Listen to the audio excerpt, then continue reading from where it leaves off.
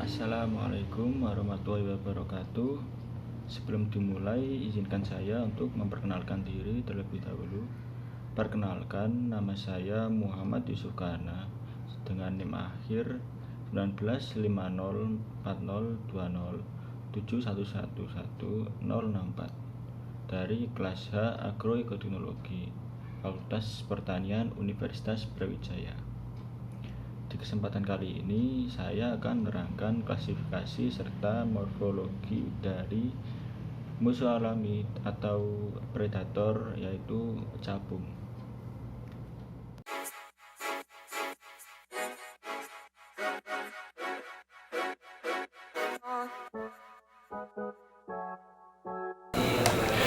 Capung atau sibar-sibar dan capung jarum adalah kelompok serangga yang tergolong ke dalam bangsa Odonata. Kedua macam serangga ini jarang berada jauh-jauh dari air, tempat mereka bertelur dan menghabiskan masa pradewasa anak-anaknya. Memiliki taksonomi Kingdom Animalia, filum Arthropoda, kelas Insecta, ordo Odonata, dan Anisoptera spesies. Capung subordo Anisoptera relatif mudah dibedakan dari capung jarum subordo Zygoptera. Capung umumnya bertubuh relatif besar dan hinggap dengan sayap terbuka atau terbentang ke samping, sedangkan capung jarum umumnya bertubuh kecil, kemudian memiliki abdomen yang kurus ramping mirip jarum dan hinggap dengan sayap-sayap tertutup tegak menyatu di atas punggungnya. Kemudian habitat dan kebiasaannya capung jarum menyebar luas di hutan-hutan, kebun, sawah, sungai, dan danau, pokoknya yang berada di air, hingga ke pekarangan rumah dan lingkungan perkotaan.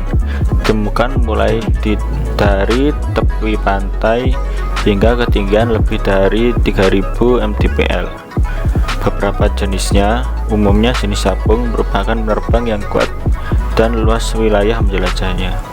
Beberapa jenis yang lain memiliki habitat yang spesifik dan wilayah hidup yang sempit. Capung jarum biasanya terbang dengan lemah dan jarang menjelajah jauh.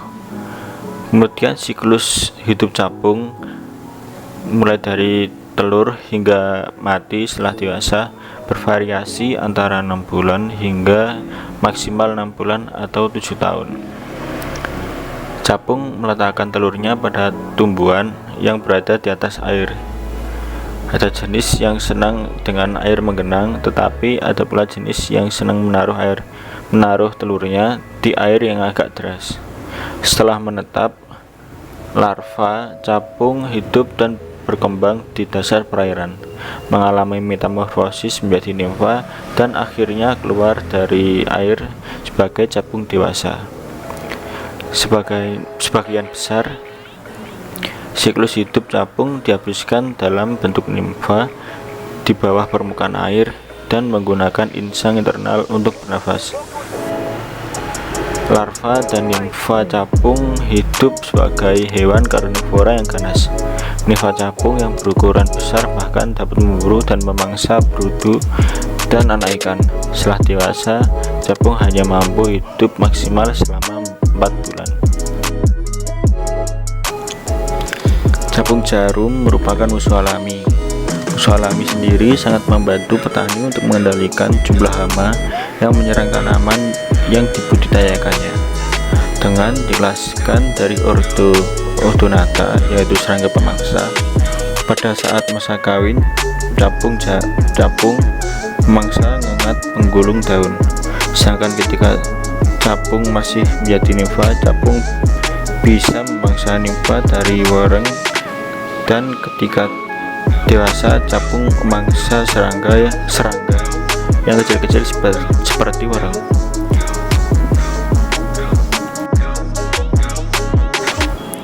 Selanjutnya kita memasuki ke pembahasan capung mempunyai peranan penting pada ekosistem persawahan. Capung berfungsi sebagai serangga predator baik dalam bentuk nimfa maupun dewasa, dan menjaga berbagai jenis serangga serta organisme lain termasuk hama tanaman padi seperti penggerek batang padi, warang coklat, dan walang sangit. Selain itu, capung juga dapat dijadikan sebagai indikator kualitas ekosistem. Hal ini dikarenakan capung memiliki dua habitat, yaitu air dan udara. Odonata bedina dalam melakukan ovoposisi memilih habitat perairan yang jernih dan bersih, dikarenakan stadium nimfanya rentan terhadap kualitas air terpolusi. Selanjutnya, capung mampu berkembang biak pada hampir di semua perairan tawar yang tidak terlalu panas, asam atau asin, dari perairan yang berada di dataran tinggi hingga yang berada di dataran rendah. Capung menghabiskan sebagian hidupnya sebagai nimfa yang sangat bergantung pada habitat perairan seperti sungai, sawah, danau, rawa, dan kolam, atau yang berhubungan dengan air. Capung hidup di perairan tawar, namun ada beberapa yang beradaptasi untuk tahan terhadap kadar garam. Sesaat setelah perkawinan, capung betina akan meletakkan telur-telurnya dengan berbagai cara sesuai dengan jenisnya. Ada yang menyimpannya di sela-sela batang tanaman, ada pula yang menyelam untuk meletakkan telur-telurnya. Oleh karena itu, hidup capung sangat berkaitan dengan keberadaan air di sekitarnya. Faktor-faktor lingkungan seperti suhu, pH, kelembapan udara, serta ketersediaan air dan makanan yang sesuai pada habitat atau ekosistem sangat diperlukan oleh capung untuk dapat menunjang kehidupannya.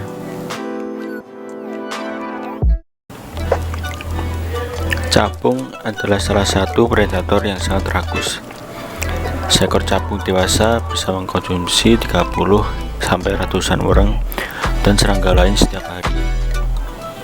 Ada lebih dari 5.000 spesies capung di dunia, dan sebagian besar hidup di Asia Tenggara termasuk Indonesia. Capung bisa dimanfaatkan oleh petani untuk mengendalikan berbagai macam hama yang ada di persawahan. Seperti yang sudah saya jelaskan tadi,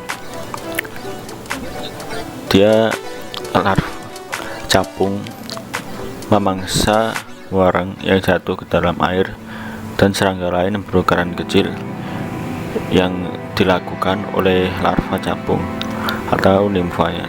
Sedangkan capung dewasa akan memangsa hama lain yang ada di atas permukaan air.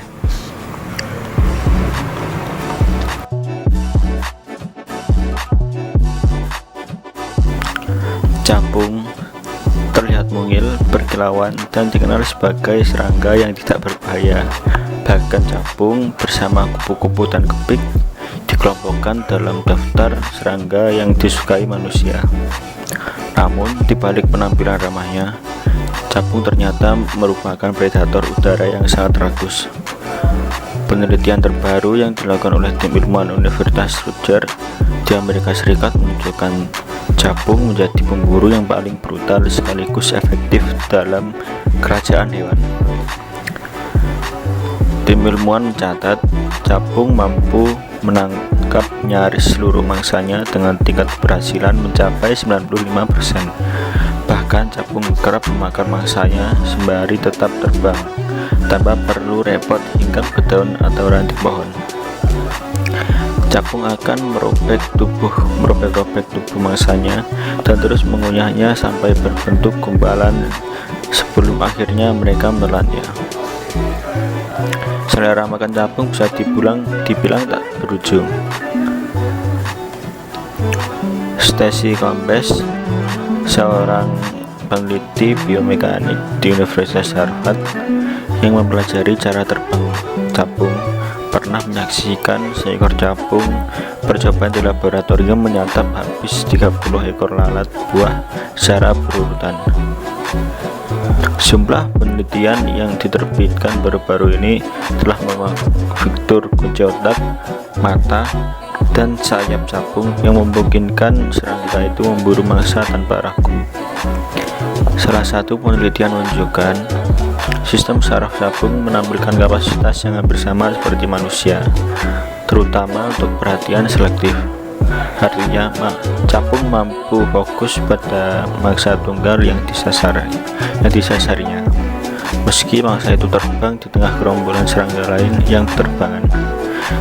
Peneliti lain telah mengidentifikasi keberadaan semacam pusat sirkuit berisi 16 sel saraf yang bukan otak capung ke pusat motorik penerbangan di bagian dada. Seperangkat sistem saraf ini memungkinkan capung dapat melacak target bergerak, menghitung lintasan untuk mencegat target, dan secara halus menyesuaikan jalur terbangnya untuk menangkap target tersebut. Teknik berburu milik capung berbeda dengan yang dilakukan oleh predator lain kebanyakan.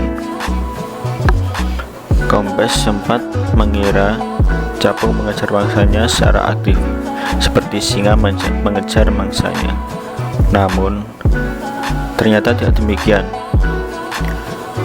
Capung lebih seperti predasi penyergapan, dan capung datang dari arah yang tidak disadari oleh mangsanya. Capung termasuk serangga terbang yang canggih. Mereka bisa melayang-layang di udara, menyelam di air, terbang mundur dan terbalik, berputar 360 derajat dengan 3 kali kepakan sayap, dan mencapai kecepatan 30 mil per jam. Sayap capung juga berbeda dengan serangga jenis lainnya. Pada kebanyakan serangga, sayap merupakan perpanjangan sederhana dari toraks dan dipindahkan sebagai sebuah unit khusus dengan merenggangkan seluruh toraksnya. Namun, capung memiliki 4 sayap transparan yang ultra fleksibel dan melekat pada toraks oleh otot-otot terpisah. Setiap sayap dapat bermanuver secara independen, memungkinkan capung melakukan berbagai manuver penerbangan. Wah, luar biasa sekali ya.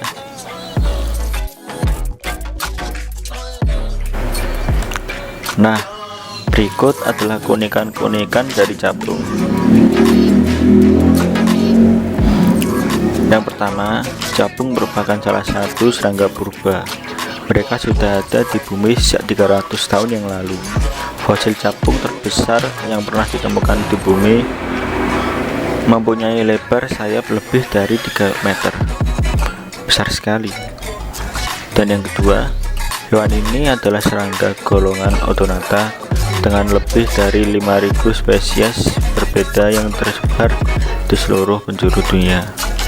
Di Amerika Serikat saja terdapat lebih dari 400 spesies. Apalagi Indonesia yang luas ini, pasti lebih banyak spesies capung yang hidup. Dan yang ketiga, kita mungkin sering melihat seekor capung berada di atas permukaan air. Mengapa demikian? Ternyata permukaan air itulah capung menaruh telur-telurnya yang kemudian akan menetas menjadi larva. Mereka juga sangat awas dengan daerahnya seperti permukaan air tersebut, sehingga sering kita jumpai 2 capung yang berkelahi satu sama lain untuk memperebutkan daerah kekuasaan.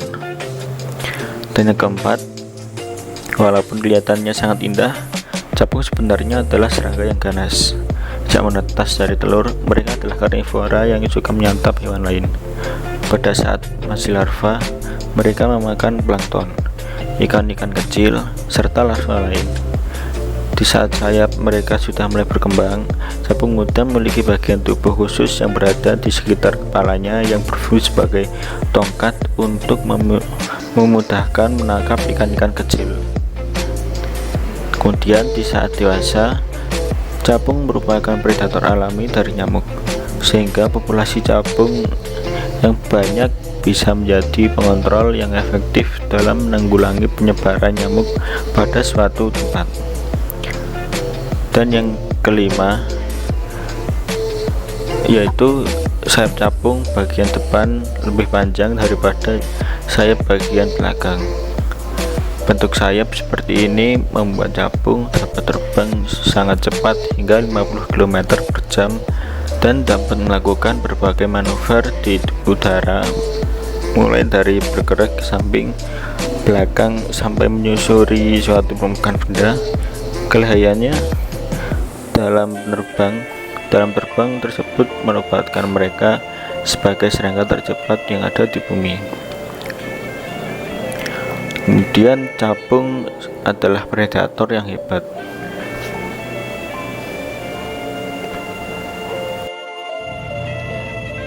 Baiklah, seperti itu tadi video dari saya, berbagai informasi terkait capung sebagai musuh alami atau predator yang sudah saya sampaikan.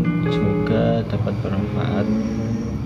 Apabila ada kesalahan, saya mohon maaf dan terima kasih sudah menyimak. Saya akhiri. Wassalamualaikum warahmatullahi wabarakatuh.